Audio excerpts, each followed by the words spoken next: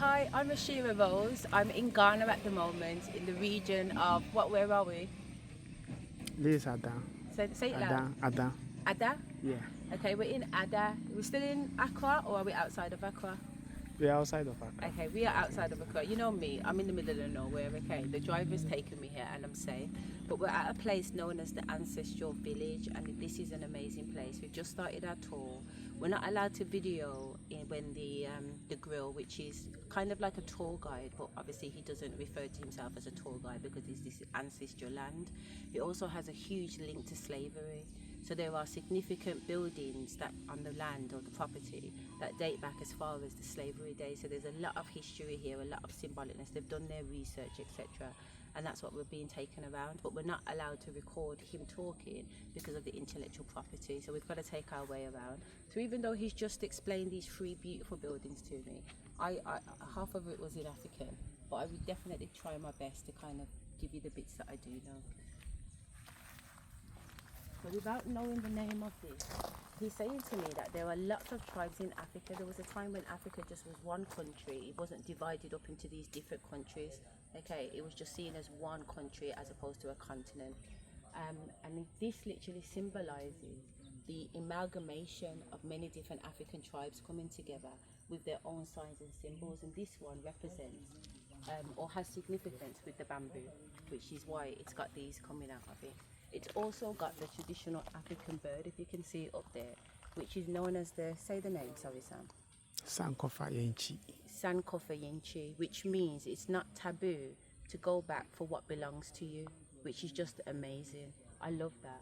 Above the bird, you've also got the eye, and that is the eye of Horus, which a lot of us already know. And again, these are traditional African heritage, yeah? African traditional religion. And then above the eye of Horus, you've then got a sun that represents the sun god Ra. You know, all of this is in our history. All of this is already in our DNA. You know, it comes with the territory. And I know that because I'm from the UK, and the reason why I'm here is because my ancestors have brought me here. My ancestors have brought me here. So I don't know what I'm doing here. I just know that I'm being led here, yeah, to Ghana. This is where my first experience is taking place. So that's the first one. Then we came over to this one, and as you can see, you see this sign all over. You see this shape in the UK, you see it in America, you see it in some of the most famous places. They've copied this design and they've put up their buildings. But really their buildings are actually giving homage to these African deities. The Western has taken a lot of what belongs to African black people traditionally and made it their own by taking the significance and turning it into something completely different, man. Why the Freemasons and the Masons are doing exactly what they're supposed to do with it. That's my opinion. That's what my ancestors are showing me. So on this one, this represents the tribes that were very much about stone. They're literally, so basically what he's saying is that as the African tribes started to move around Africa and branch off into different areas, depending on where they resided would depend on what that land had. So these guys resided on land that had a lot of bamboo, so they would have been in the vegetation parts of Africa. These particular tribes would have been where the rocks are, where the mountains are, so their things were carved into stone. So that's what this is representing. It's representing stone. So they've put all these animals and insects and features on there. They all mean something symbolic. But I want to start with the snake, because we're not asking what's the snake for.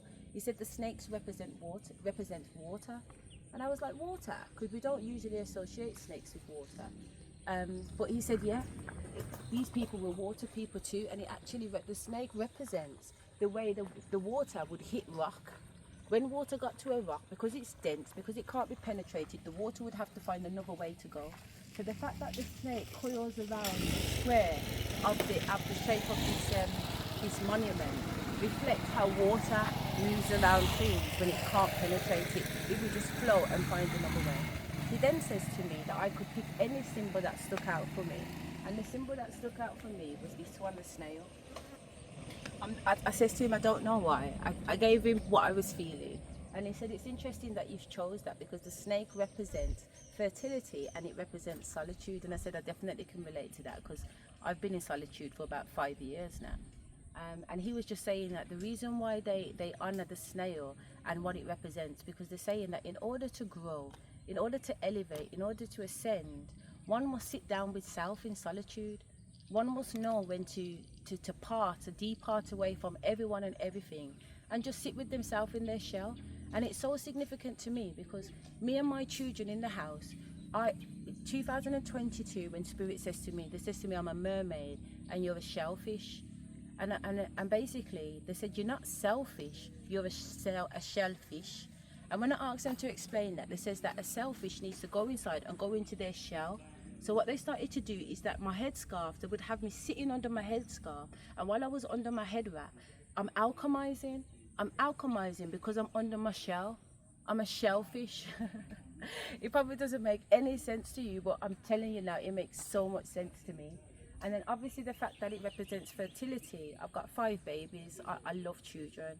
I'm a former head teacher. I've been in schools for over 20 years. I've done community groups, outreach work, etc., etc. And even now that I've had my children, I'm about to be a grandma this August. My ancestors are telling me that I've still got 2 more babies to come through. So fertility, it's all about it, yeah? So anyway, we'll see. So, and then this one is very much linked to the Olmexes. If you know what Olmex is, it's a big stone head. And these represent those tribes that use stone to carve in. So this stone is like mounting, etc., etc. I don't know whether or not these are still mountains because he didn't explain it like that. He just says that these represent the people that kind of wanted to kind of build the structure of their ancestors in stone. And if you go and research the Olmexes, these are some of the oldest in carved stone working in history, and they all look like black men and black women. Their noses are broad. There's no denying it. You see, like in Egypt, how they've mashed up the rocks. None of the carved out faces on the pyramids in Egypt or anyone else has noses on them. They've deliberately cut off the noses because obviously with the nose you can identify that it's a black African. Yeah, it can't be a coincidence that all those noses have been knocked off. So I just want to celebrate the blackness. I want to celebrate my blackness. I want to celebrate my ancestry. I want to celebrate my nan and granddad. I want to celebrate my ancestors. So this is land where my ancestors were taken from. So I've come here today to kind of see what it was like being there, but also just seeing Ghana and Africa through my eyes. Thank you. Hello. Wow, I want this for my house. With